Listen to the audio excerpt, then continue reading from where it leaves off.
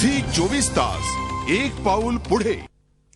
आपल्या देशात आर्थिक अडचणी असताना अमेरिकेचे अध्यक्ष बराक ओबामा यांच्या वक्तव्यानं नवा वाद सुरू झालाय।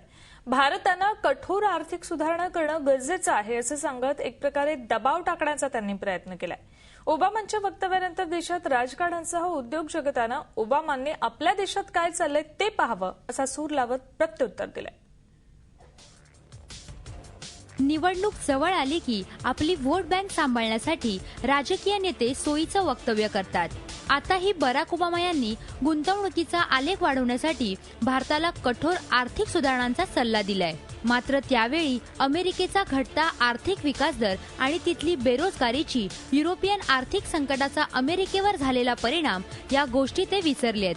भारतात रिटेल क्षेत्रात परकीय गुंतवणुकीला परवानगी नसल्याचा मुद्दा ओबामांनी उपस्थित केलाय। दोन्ही देशांच्या विकासासाठी ते गरजेचं असल्याचं ओबामांनी म्हटलंय। ओबामांच्या सूचनेची माकपनं खिल्ली उडवली आहे। भाजपनेही या दबावाचा विरोध केलाय। जो लोग खुद पूरे दुनिया की अर्थव्यवस्था के लिए कबर खोद दिया है वो दूसरे लोगों को बोल रहा है कैसे रास्ता चलना चाहिए। राष्ट्रपति ओबामा को ये समझना चाहिए कि पूंजी निवेश अंधा नहीं हो सकता है। वे स्वयं अमेरिका में भारत के हितों और भारतीय विद्यार्थियों का विरोध कर रहे हैं।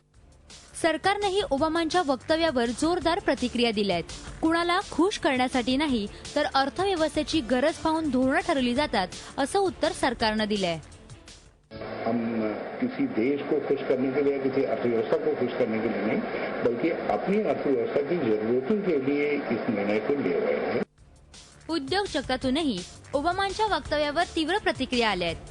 ओबामांनी पहिल्यांदा बीपीओवरची बंधनं हटवावीत आणि मगच सल्ला द्यावा असं असोचेमननं बजावलंय। आर्थिक सुधारणा देशात वेगानं सुरू असल्याचं प्रशस्ती पत्रक फिक्की आणि सीआयआय या प्रमुख उद्योग संघटनांनी दिलंय।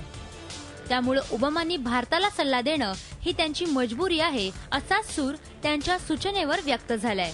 झी 24 ताससाठी राजीव रंजनसह ब्युरो रिपोर्ट। झी 24 तास एक पाऊल पुढे।